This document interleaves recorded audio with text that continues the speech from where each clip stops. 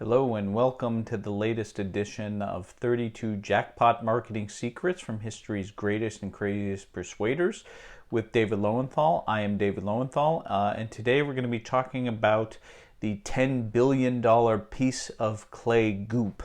Now, the reason why I'm bringing up this subject is because I want to talk about what Eugene Schwartz called the fifth stage of market sophistication.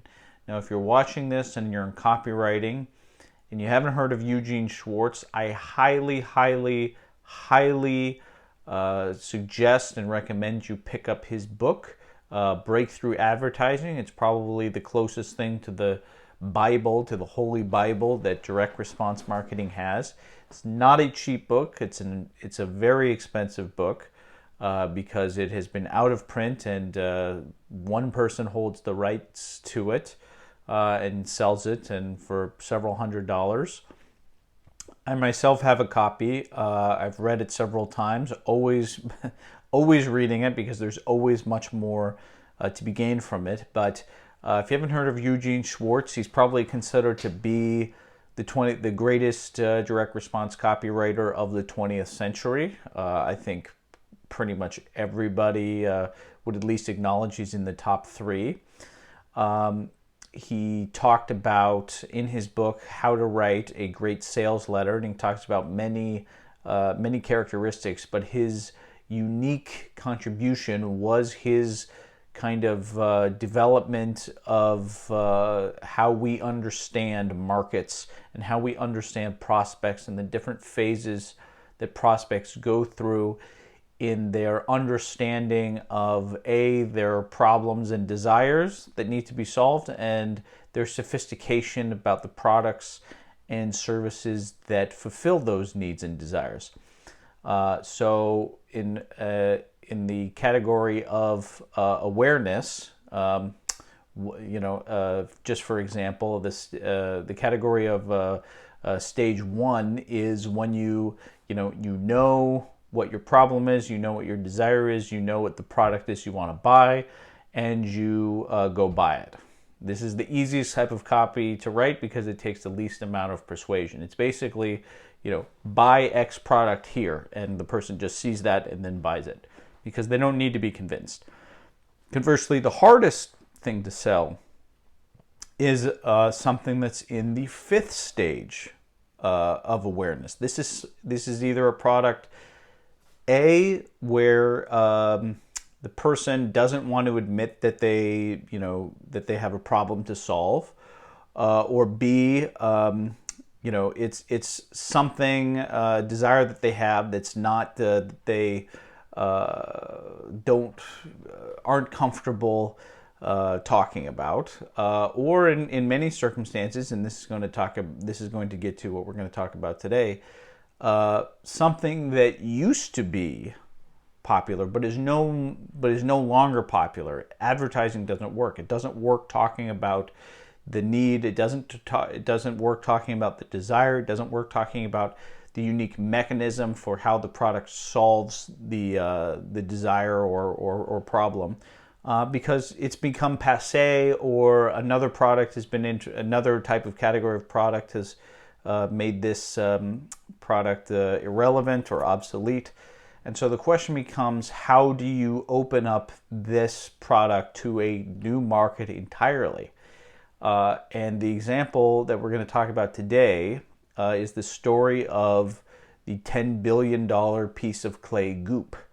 So in the 1920s and 30s, and well before then, most people's homes were powered by coal-fired power plants or coal-fired furnaces.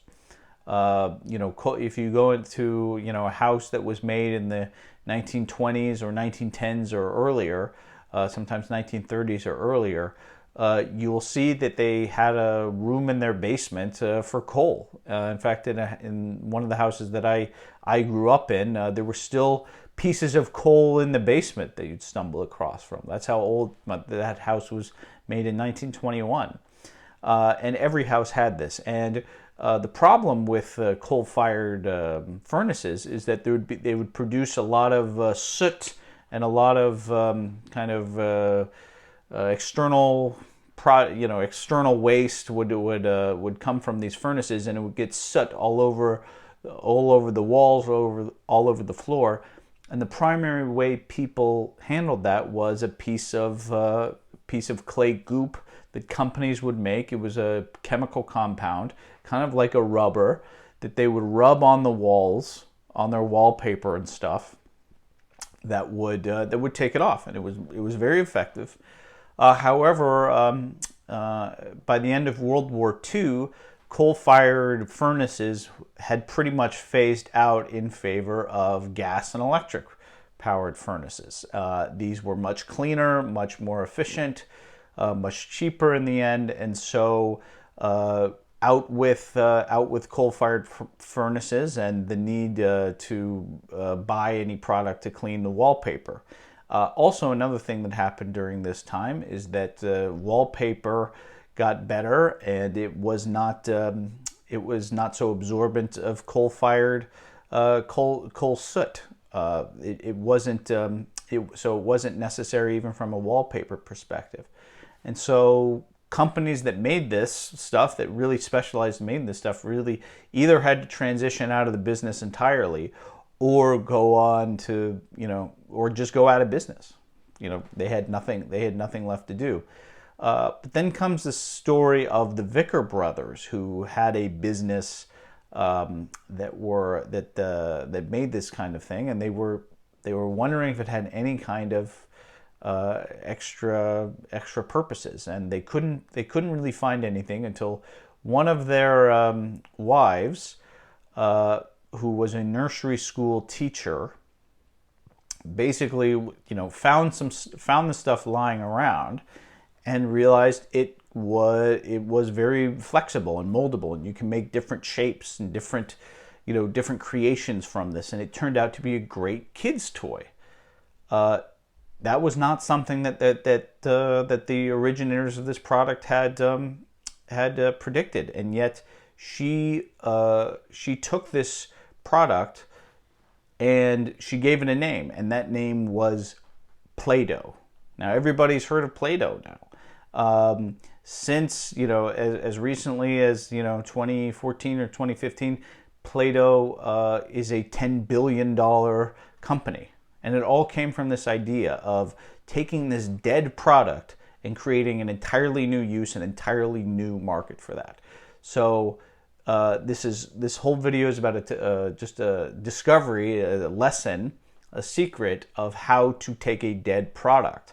That products can die and be reborn any number of times. So if you're watching this and maybe you have a product that is obsolete, I encourage you not to give it up just yet without discovering that, or searching out, finding new markets to conquer with it, because it very much could be of use to an entirely different group of people that you didn't think. So that's it for today's episode. Thanks for watching.